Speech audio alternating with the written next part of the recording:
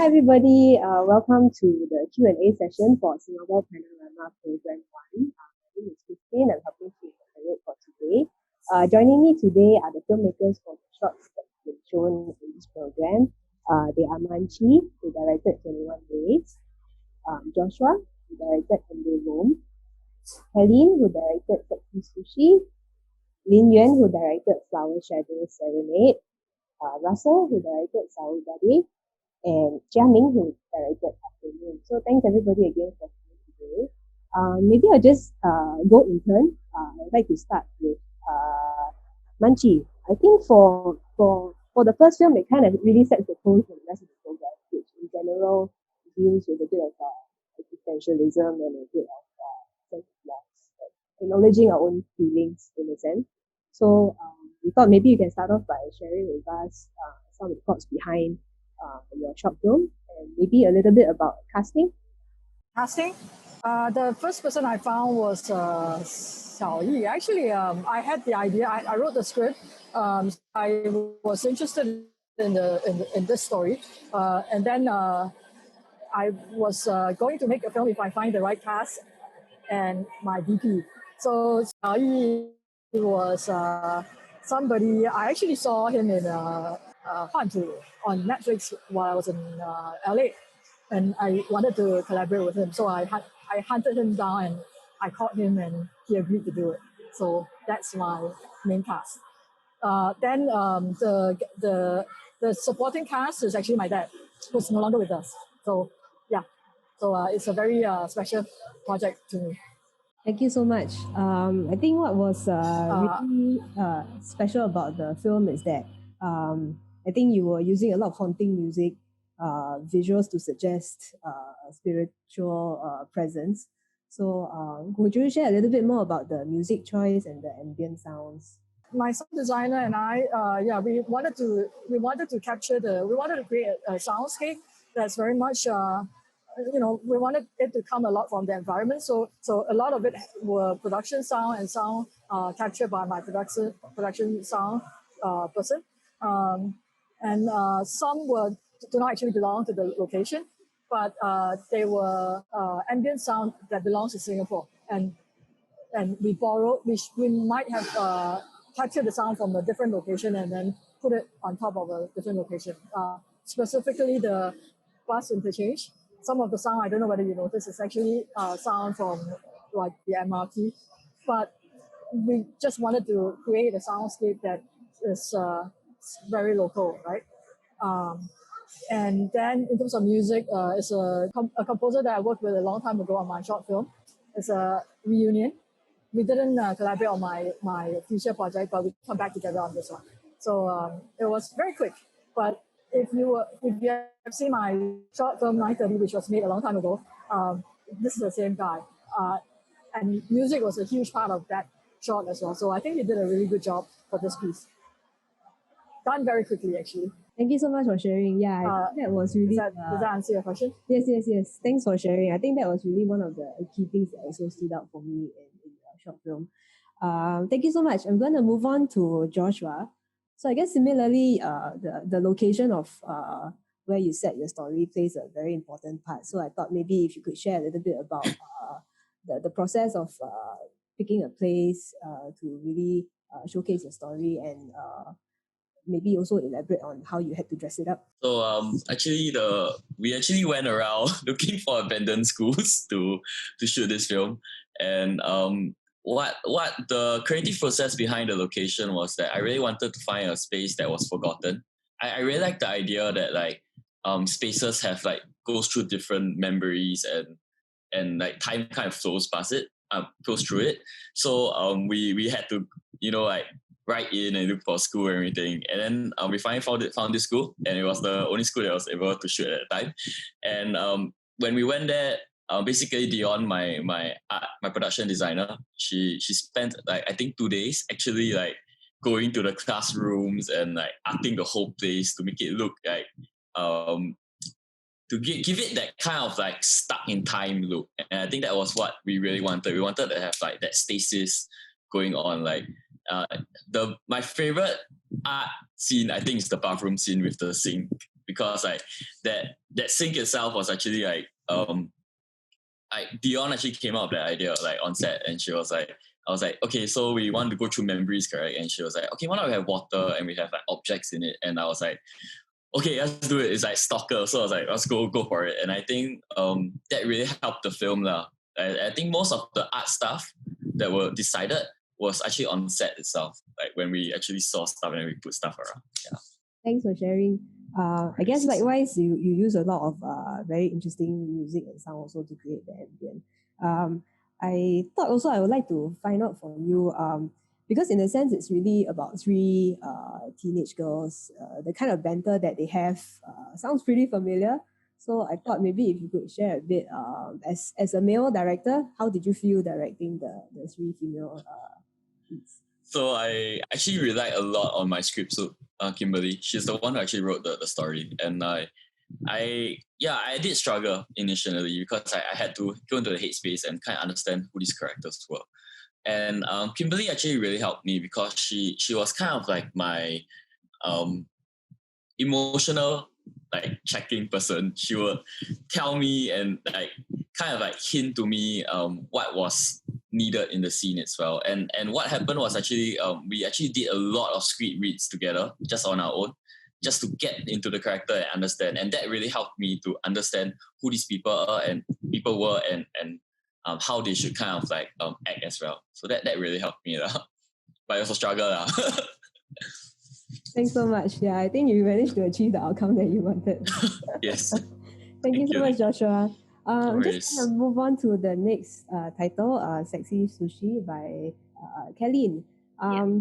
Yes, very interesting animated film. I think it was a nice respite also to kind of like to move on to the rest of the program. Could you share with us a little bit about the choices behind the slightly retro video feel and some of the inspiration that you have behind the art direction? So I mean, a lot of the themes of this film is consumerism, and we really wanted to bring it out. And we got a lot of inspiration from Japanese advertisement especially. And a lot of it, we wanted the 1980s feel because 1980s is kind of like the start of this era, you know, like of where all this fast-paced advertising kind of comes in. So that was why we chose to set it in that kind of space. But then obviously in the middle when he kind of breaks out of it, the aspect ratio kind of like widens and it becomes a more modern thing as well. Yeah. Thank you. Maybe I would like to also ask in terms of the actual execution of the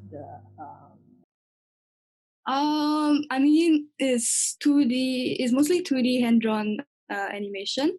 We use this program called TV Paint, and me and Amanda, we actually both acted out as the sushis when we were taking our video references. That should be buried and never be published.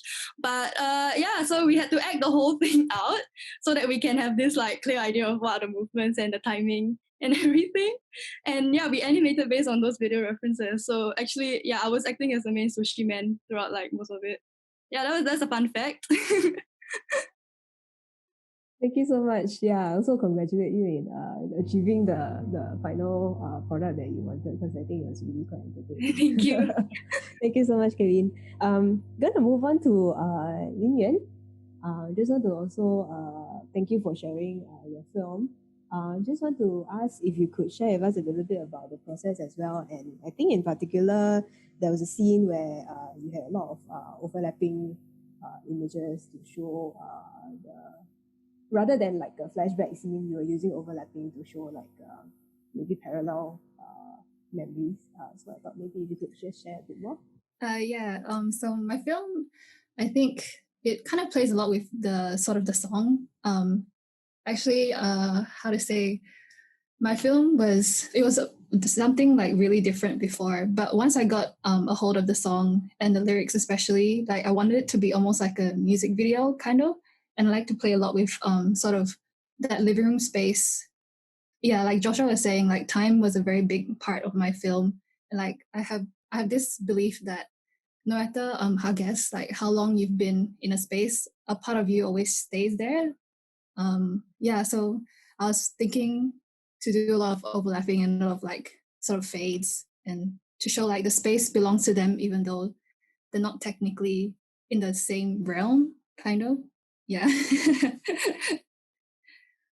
Thank you. And could you share also a little bit more about the cast, like in terms of preparing them and casting them? Could you share a bit more? So basically, I was based in Melbourne. So I've never shot in Singapore. I haven't been in Singapore for maybe about like 10 plus years. So it was quite, how to say, I have my main cast, Julia, which is my grandmother. I flew her over to Singapore. Most of our pre-production was done in Australia, but when we came to Singapore, it's about like just going through like all the contacts I have to find actresses and actors. And it was just mostly like auditioning in like random like shopping malls in like spaces in like grassy area of like LaSalle or something. And yeah. Thank you so much. Yeah, thanks for sharing a very personal film as well. Thank you. Thank you. I'm going to move on to Russell, who did Saudade. I hope I pronounced it correctly. Which interestingly is defined as a state of nostalgia and melancholia. But I'd like to ask you about the decisions that you made in terms of how you wanted to present the whole short film. Because it started off like almost like almost theatrical, I would say. And then you ventured a little bit about almost like a documentary style. So maybe could you comment a bit about those choices? Yeah. So Saudade is told in 3 parts. It opens up with sort of a dance sequence. Then we go into a sort of like a fisherman and his wife sequence, and then sort of a ghost story sequence.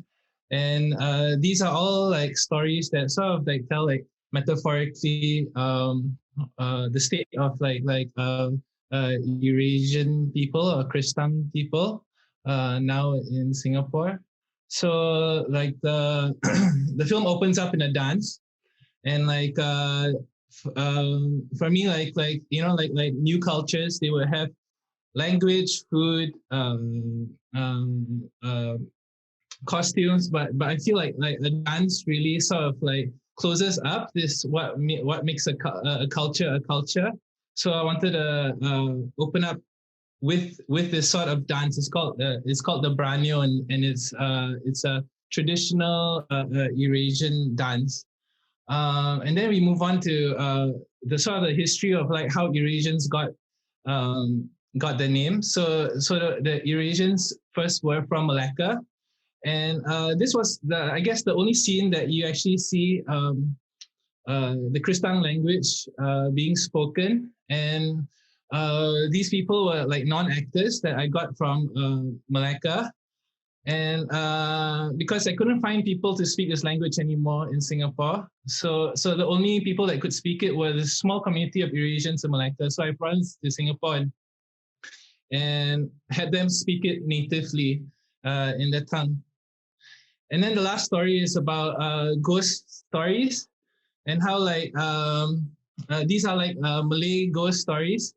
But because Eurasian people would sort of like intermingle in their when kampong last time, there were many communities living together, and then these were like sort of shared stories that we have. So I like this idea of how like the Eurasian people also like absorb other cultures. Like they take the European costumes, Malay stories, and even the language has also become sort of like a hodgepodge of Portuguese and Bahasa. Yeah. Thank you so much. Yeah, I think the forest scene with the spirits and the choice of colors that you used also was quite fascinating. Did you have to prepare your performance in a certain way for that particular sequence? Sorry, did you say prepare the actors? Yeah, for the sequence in the forest. Oh, yeah. So I also was one of the actors. If anybody noticed? But I was there was a lot of like struggling on the ground because we were trying to catch the oily man, the orang minyak. So there were some like rehearsals, but I had a big worry because the orang minyak, you know, he's only wearing his underwear, and then he had to roll around on the ground. and there's all these bugs in the ground. So I mean, we took as much precaution as you can do in this way, like spraying him with always. Once we call cut, there's like someone there to take care of him.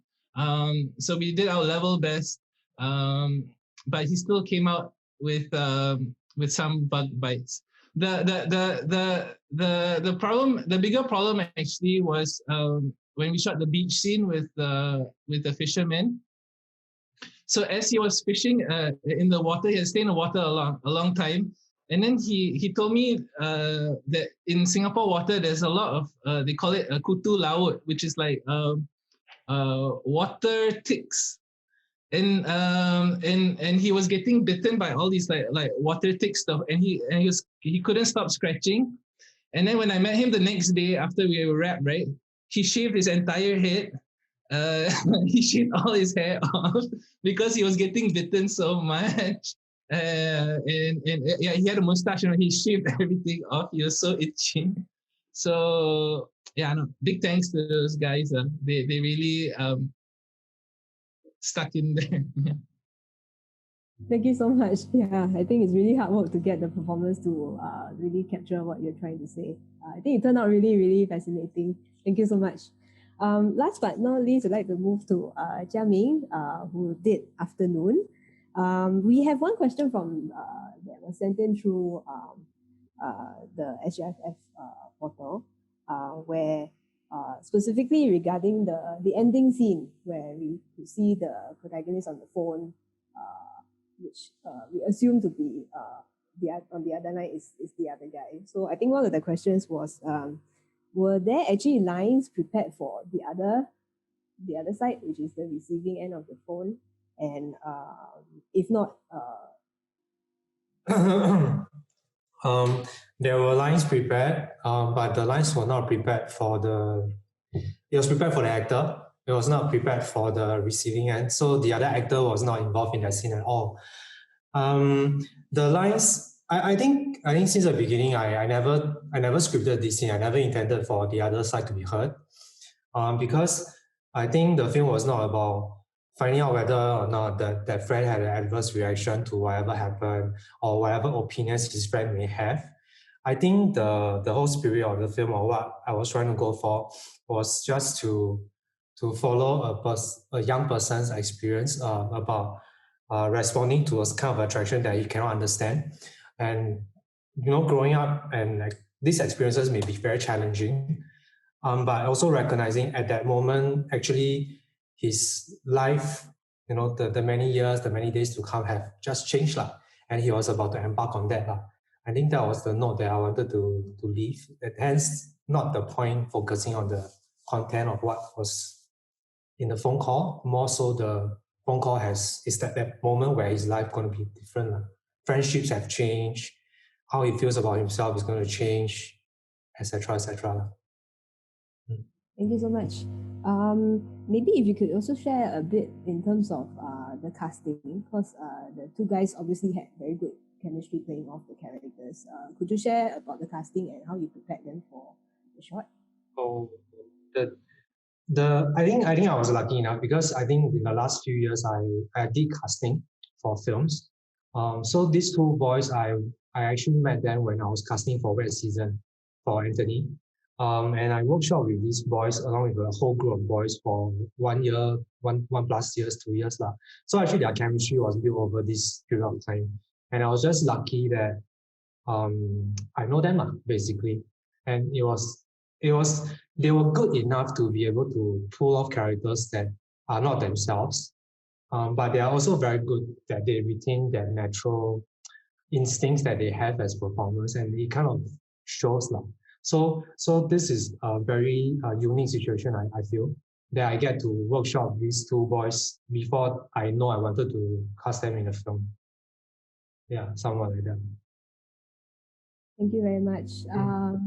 So thank you again to everybody. I think we really enjoyed watching your shots.